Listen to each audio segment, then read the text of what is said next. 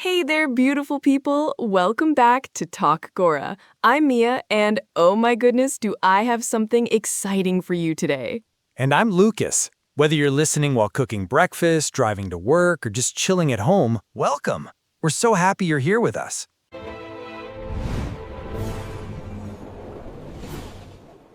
You know what, Lucas? I was having coffee this morning, and I had this realization. Oh, tell me more. I was thinking about why some English learners sound so smooth, so natural, like they've been speaking English their whole lives. Interesting. And what did you figure out? It's not about knowing more vocabulary. It's not about perfect grammar.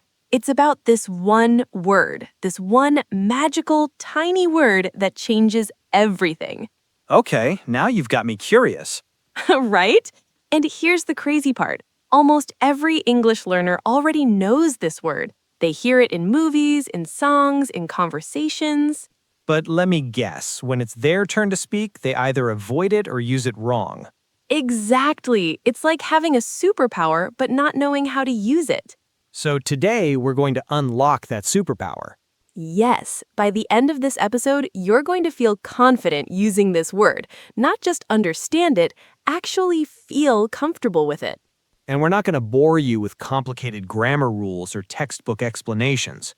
No way! We're going to keep this fun, natural, and super practical. Before we reveal what this mystery word is, if you're enjoying this podcast, do us a huge favor. Hit that like button. And if you haven't subscribed to Talk Gora yet, come on, what are you waiting for? Click subscribe and turn on notifications so you never miss an episode. All right, Mia. I think we've built enough suspense. Should we tell them? Okay. Here's a clue first. This word makes you sound polite without even trying. It helps you dream out loud. And native speakers use it constantly in conversation. Let me think. Wait, are you talking about Yes, the word is would. W-O-U-L-D, would? That's right. And I know what some of you are thinking. Wait, that's it? I already know that word. But trust me, by the time we're done today, you're going to understand would in a completely new way. You're going to see it, feel it, and use it like a native speaker. So grab a cup of tea or coffee, get comfortable, and let's dive in. All right, here's where we start. Not with rules, not with definitions, but with feeling.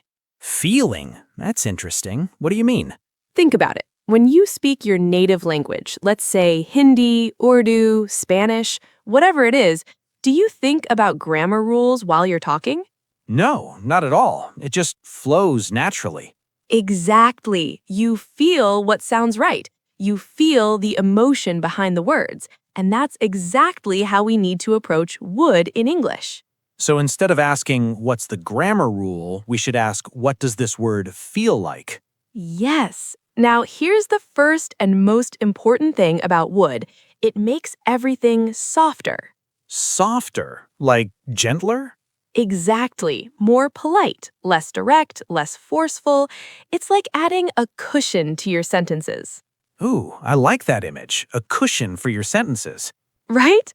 Let me show you what I mean. Listen carefully to these two sentences. First one, I will help you. Okay, that sounds strong, clear, direct, like you're making a solid promise. Exactly. Now listen to this one. I would help you. Oh, that's different. It's softer. It feels like there's something more to the sentence. Like maybe there's a but coming? Yes, you felt it. That's the magic right there. Will lives in the world of certainty, definite plans, strong commitments. But would lives in a different world. What world is that? The world of possibilities, imagination, conditions, politeness. So when I use would, I'm not talking about hard facts. I'm talking about maybes? Kind of. You're talking about things that depend on something else, or things you're imagining, or you're just being really polite. Let me try another example. Can you help me? That's okay. Direct, to the point. Now, would you help me? Ah, hear that? Instantly more polite, like you're respecting the other person's choice. It's like I'm saying, if you're able to, if you have time, would you consider helping me? Exactly. All that nuance packed into one little word. Okay, here's another one. I want coffee. That's very direct, almost like a demand. Right? But now, I would like coffee. Ooh, so much better. More polite, more sophisticated, same desire, but wrapped in respect. So would is like gift wrapping for your sentences? I love that. Yes, it's like taking the same message and presenting it nicely. This is fascinating. So rule number 1 is not even a rule, it's a feeling. Exactly. Don't think of would as a grammar structure. Think of it as a feeling soft, polite, gentle, conditional. All right, let me ask our listeners to do something right now. Wherever you are, say these sentences out loud. Ready? First one, I will come to your party. Now say, I would come to your party. Did you feel it? Did you notice how the second one feels incomplete? Like your brain is waiting to add, if I can, or but I might be busy. That's your natural instinct recognizing what would really does. It opens up space for conditions, for possibilities. And once you feel that difference, everything else becomes so much easier. So, everyone listening, remember this. Would is not about memorizing rules. It's about feeling soft, polite, gentle, conditional. Feel it in your heart first, then the grammar will follow naturally. All right, now that we've felt the essence of would, let's look at how people actually use it in real life. Starting with the most common, most useful way, polite requests. Okay, Mia, let's paint a picture. Imagine I'm at your house and it's getting a bit warm. How should I ask you to turn on the AC? Well, you could say turn on the AC, but honestly, that sounds like you're ordering me around. Right, not very friendly. What if I say, can you turn on the AC? Better, that's asking, not ordering. But there's an even smoother way. Would you turn on the AC? Oh, yes, that's so much more polite. It's like I'm genuinely asking, respecting your choice to say yes or no. Exactly. Would you is the golden formula for polite requests. Let me fire off a few more examples. Would you pass the salt? Would you help me carry this? Would you send me that document? Every single one sounds respectful and kind. Now, what if I want to be even more polite? Good question. You can add mind. Say, would you mind opening the window? Or would you mind giving me a hand? Would you mind is next level politeness. It's like saying, I don't want to bother you, but if it's not too much trouble, Yes. And this is perfect for professional settings, at work, with strangers, informal situations. here's a real world scenario. I'm at a restaurant and I want some water. What should I not say? Don't say, I want water. That sounds demanding. Right. Instead, Say, I would like some water, please. Or even shorter, I'd like some water, please. wait, I'd? What's that? That's a contraction. I'd is short for I would. Native speakers use contractions all the time in casual speech. So I'd like means I would like. That's super useful. Absolutely. Here are more examples. I'd like to order now. I'd like to see the manager. I'd like to make a reservation for two. This is perfect for restaurants, hotels, shops, anywhere you need to sound polite. Now let's flip it around. Let's talk about offers when you want to do something nice for someone else. Okay, so imagine someone comes to visit me. I shouldn't say, do you want tea, right? You could, but it sounds a bit abrupt. Instead, say, would you like some tea? Ah, much warmer, more welcoming. It's like you're genuinely inviting them, not just asking a yes or no question. Exactly. Would you like is the golden formula for offers. Let me fire off a few more examples. Would you like to sit down? Would you like some help with that? Would you like me to call you a taxi? I love how would you like just makes everything sound hospitable and friendly. Here's a pro tip for everyone listening. In polite situations, replace want with would like. It's a small change that makes a huge difference in how you sound. Let me share a personal story. When I first started speaking English seriously, I used want for everything. I want a sandwich, I want to leave now. And how did people react? They understood me, sure, but I didn't sound very sophisticated. Then someone taught me to say, I'd like a sandwich and I'd like to leave now. And what happened? It was like flipping a switch. People responded more warmly, I felt more confident. It was like I leveled up my English overnight. That's the power of would. It's not just grammar, it's social awareness. It shows you understand politeness and respect. All right, let's do some quick practice. I'll describe a situation and you respond using would. Ready? Let's do it. You're at a cafe and you want a cappuccino. I'd like a cappuccino, please. Perfect. Now you see your colleague struggling with a heavy box. Would you like some help with that? Excellent. You want to invite your friend to watch a movie. Would you like to see a movie together? Beautiful. So natural. Now, here's an advanced tip. You can add words like possibly or perhaps to sound even more polite. Yes, like, would you possibly have time to talk? Or would you perhaps be interested in this opportunity? That's perfect for formal emails, talking to your boss, or any high-stakes situation. So let's summarize the patterns. Would you for polite requests? Would you like for offers? I would like or I'd like for expressing what you want politely. And would you mind for super polite requests when you don't want to impose? Practice these every day. At restaurants, at work, with friends. They'll become automatic. And don't worry about making mistakes. Even if you use would a bit awkwardly at first, people will appreciate that you're trying to be polite. Absolutely. The effort matters more than perfection. All right, ready for the next part? This is where would gets really fun. Oh, yes, imagination and dreams. This is my favorite. Okay, Lucas, let me ask you something. If you could have any superpower, what would it be? Ooh, good question. If I could have any superpower, I would choose the ability to speak every language in the world instantly. Did you catch that, everyone? Lucas just used would perfectly. Notice how he said, I would choose. Oh yeah, because we're not talking about reality, we're talking about an imaginary situation. Exactly. This is one of the most common ways people use would for hypothetical or imaginary situations. So what's the pattern? It's simple. If plus imaginary situation, person would plus action. Let me try more examples. If I had a time machine, I would visit ancient Egypt. If I won the lottery, I would quit my job and travel. If I could fly, I would soar over the mountains. Perfect. Notice something important.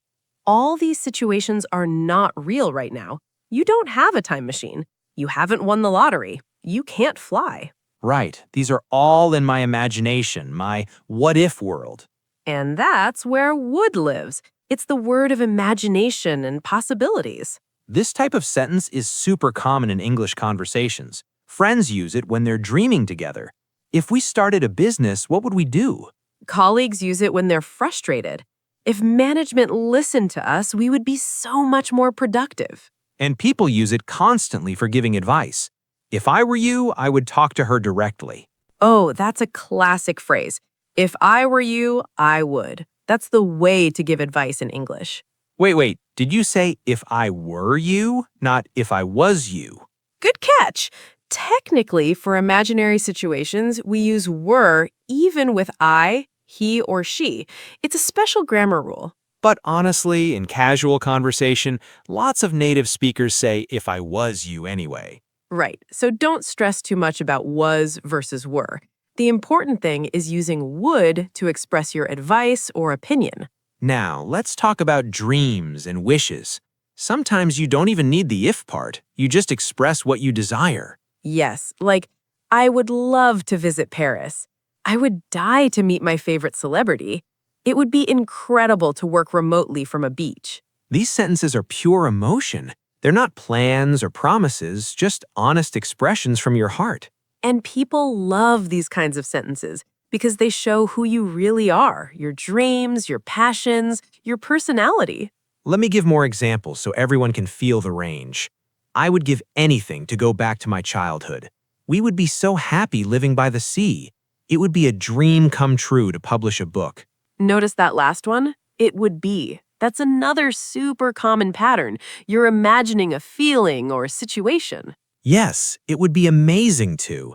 It would be wonderful if. It would be perfect to. Now, here's something interesting. You can also use would to talk about other people's reactions or feelings.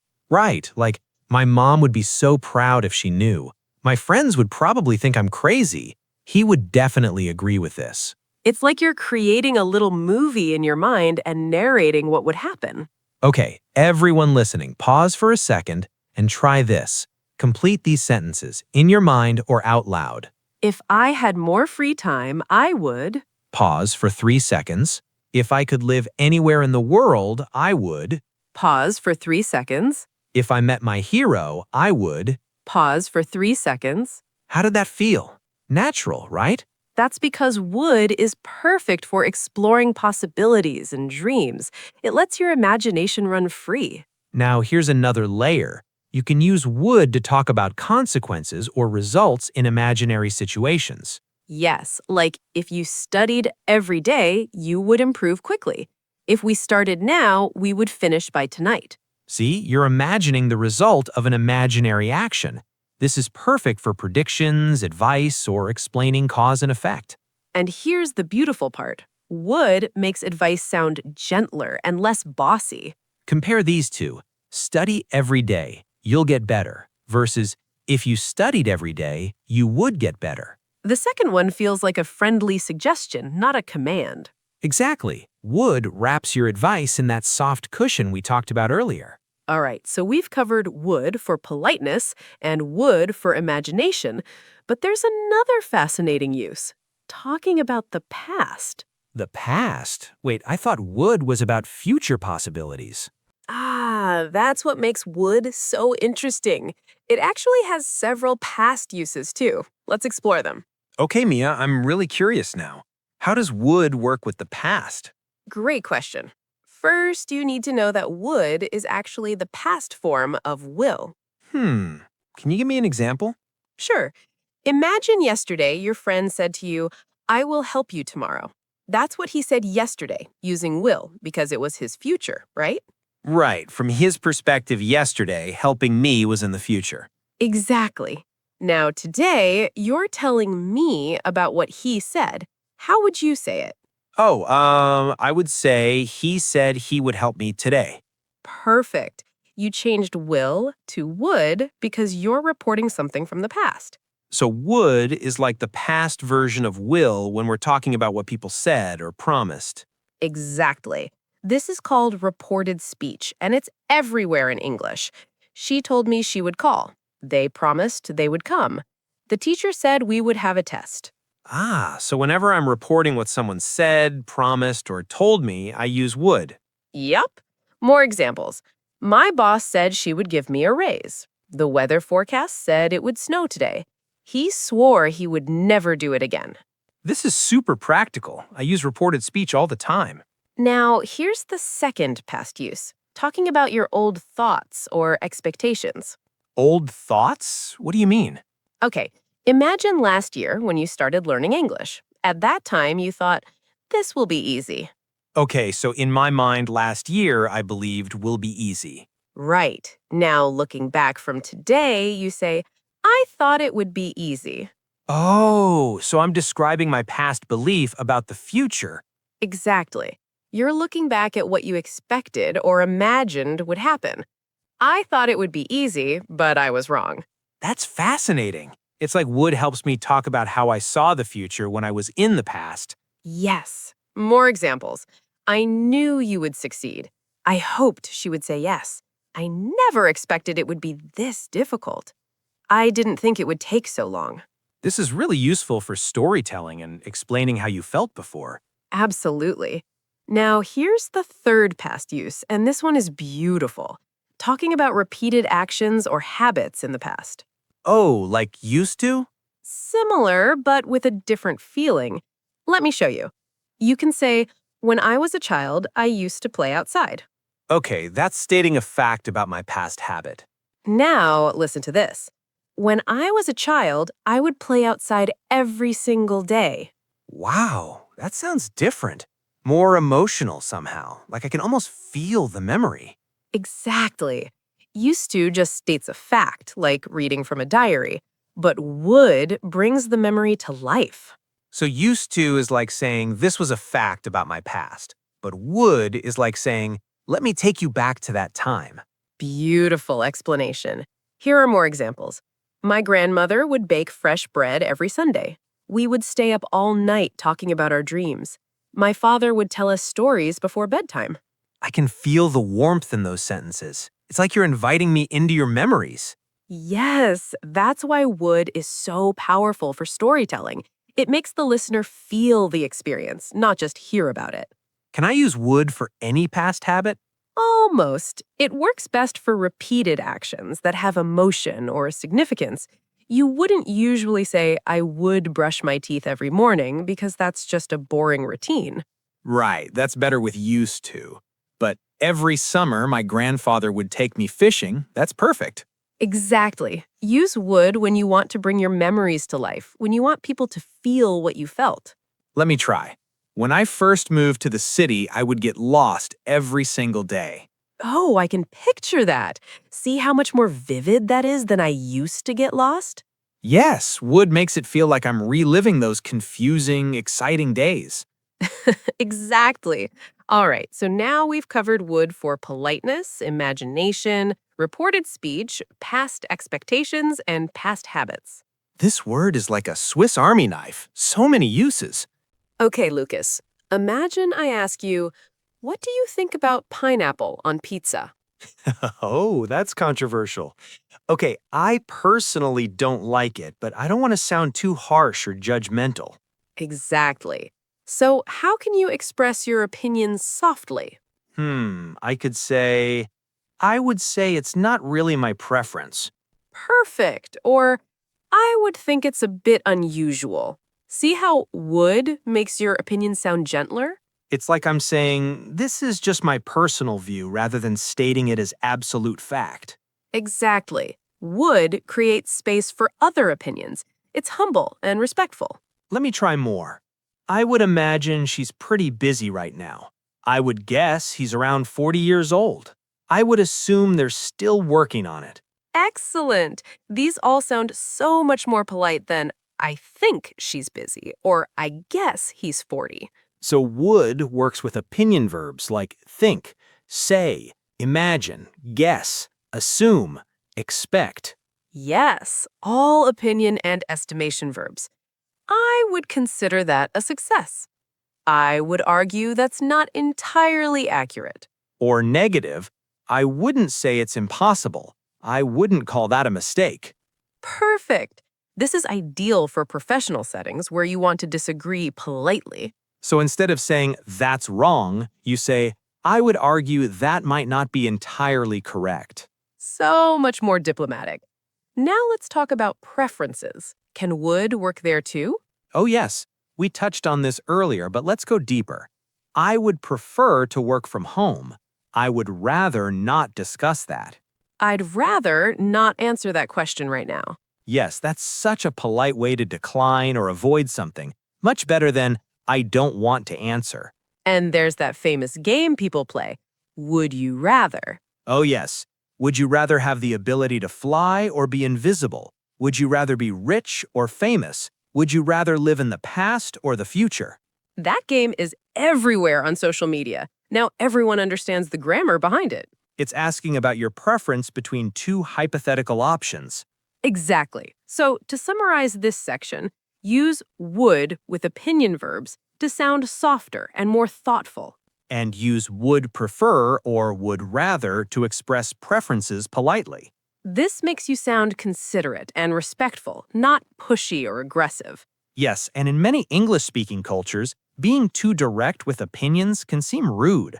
Would helps you navigate that. Such a useful tool for work emails, meetings, negotiations, and polite conversations.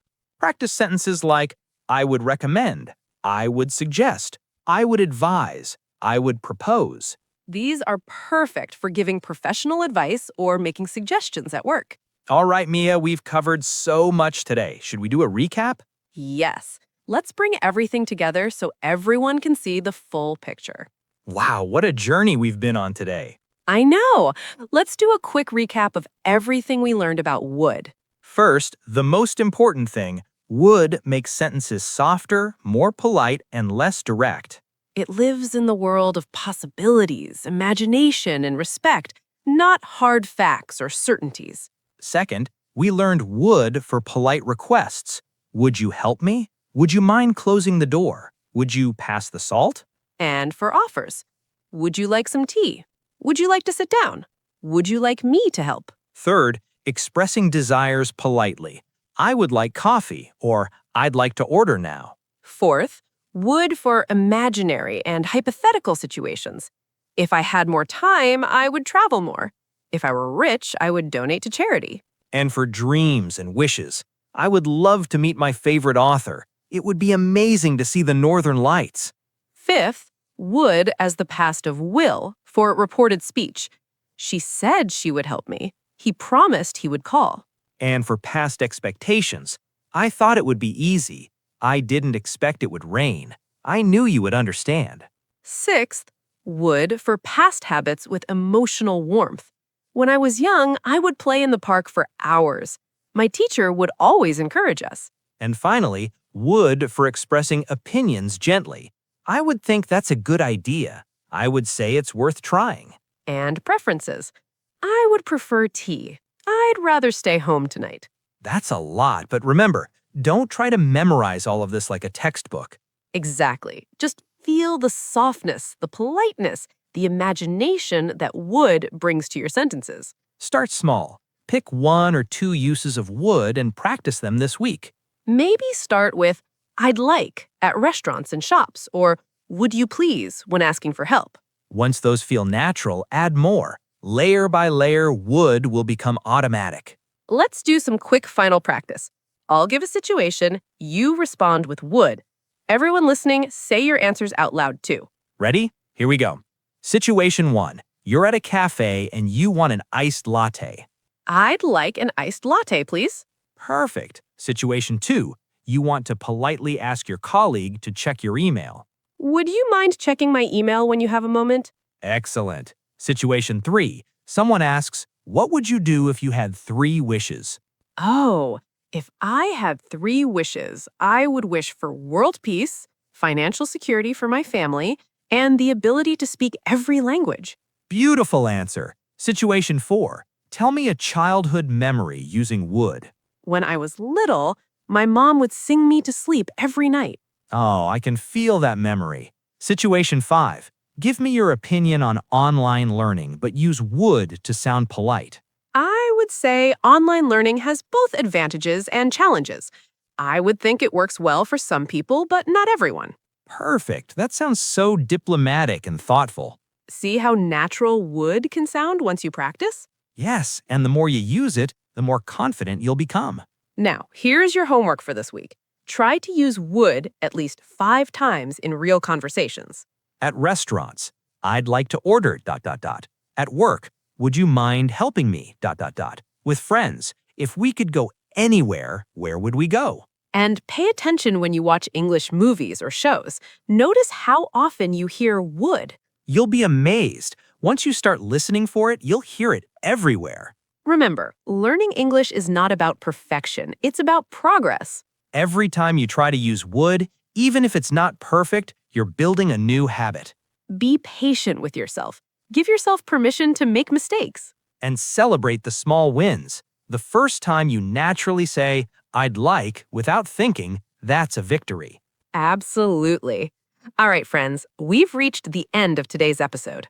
Thank you so much for spending this time with us. We hope you feel more confident about using would now. If you enjoyed this episode, please hit that like button and subscribe to Talk Gora. And share this with your friends who are learning English. Let's help each other grow. If you have questions or want us to cover a specific topic, leave a comment. We read every single one. Remember, English is not as hard as you think. You're doing great. Keep practicing, keep learning, keep growing.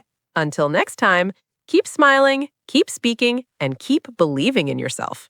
This is Lucas. And this is Mia. Signing off from Talk Gora. Bye, everyone.